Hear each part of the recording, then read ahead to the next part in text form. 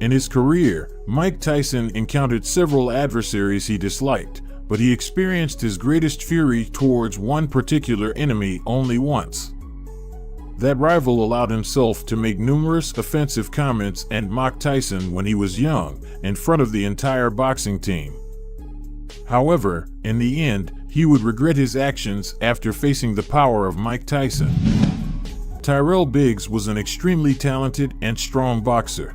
His imposing stature allowed him to dominate in the amateur boxing scene. At the same time, Mike Tyson was also rising to the pinnacle of amateur boxing, and his dream was to win an Olympic medal. However, it so happened that the U.S. team had to choose between Mike Tyson and Tyrell Biggs. Tyson was never known for his imposing height, but it didn't stop him from knocking out taller opponents with his style, power, and speed. However, the national team was not impressed by Mike Tyson's height and leaned in favor of the taller Tyrell Biggs. This hit Iron Mike hard, as his dream faded away due to a simple height difference. Then, an incident occurred that would make this fight personal for Tyson in the future. Before heading to the Olympics, a frustrated Mike approached the hall to wish good luck to the participants. He approached Biggs and extended his hand for a handshake, to which Biggs asked Tyson what he had forgotten there among the Olympic participants. This episode remained ingrained in Tyson's mind, and from then on, he harbored resentment towards his future opponent.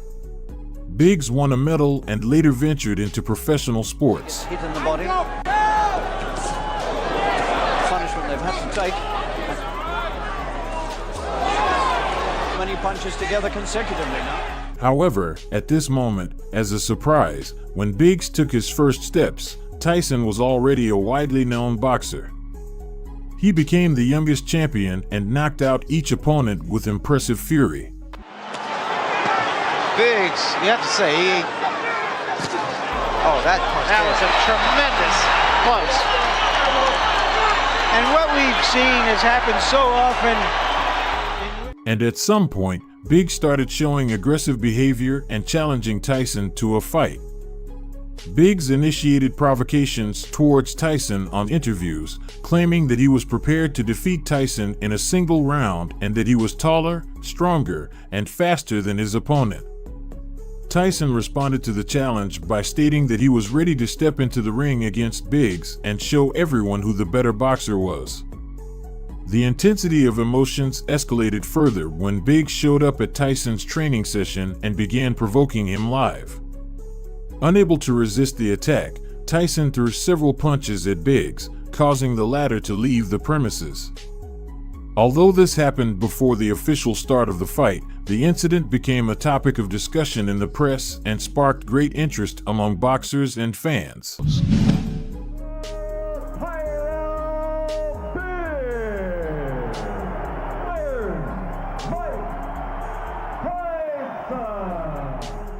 In November 1987, numerous spectators gathered in the venue, expecting a dynamic and spectacular duel.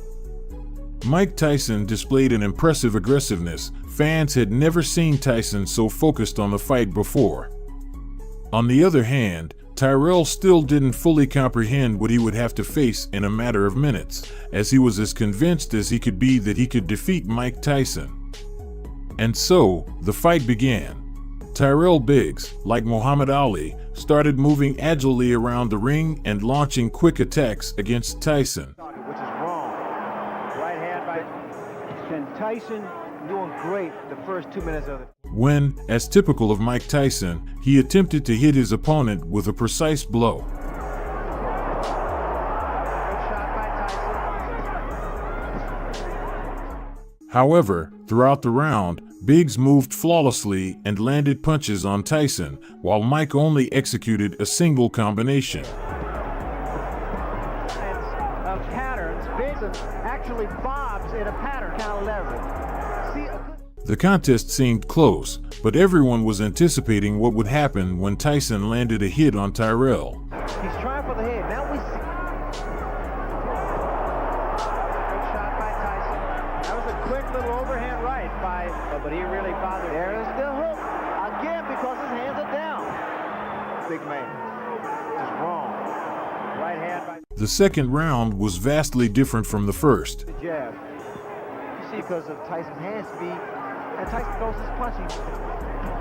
And the way that Biggs is moving. At that moment, Tyson had already found his rhythm and distance. He began landing blows more and more frequently, and everyone grew more concerned for Tyrell. Remember, Steve, it does most damage. There was a big right up to him, Barry. That was what I was talking about. Georgie Biggs would say, keep those hands high.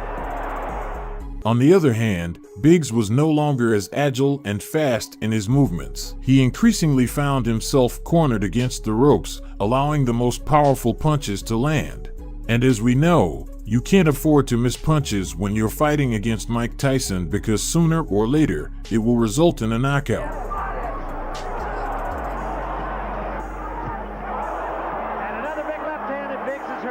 In the fifth round, when the gong sounded, Mike immediately threw a powerful right hook and reminded his opponent who was who. Iron Mike's advantage grew with each passing second. Biggs clearly no longer wanted to be in the ring with such a beast. All his attempts to respond to Mike proved futile, as a second later Tyson countered with an even more devastating blow. And stop the momentum to dominate. Good body shot. In the seventh round, Tyson clearly grew tired of hitting his opponent for a long time and decided to end the fight. At first, there was a brutal left hook, after which Biggs fell to the canvas. It was a tremendous blow. But he didn't put him away. Oh, that was a tremendous left hand.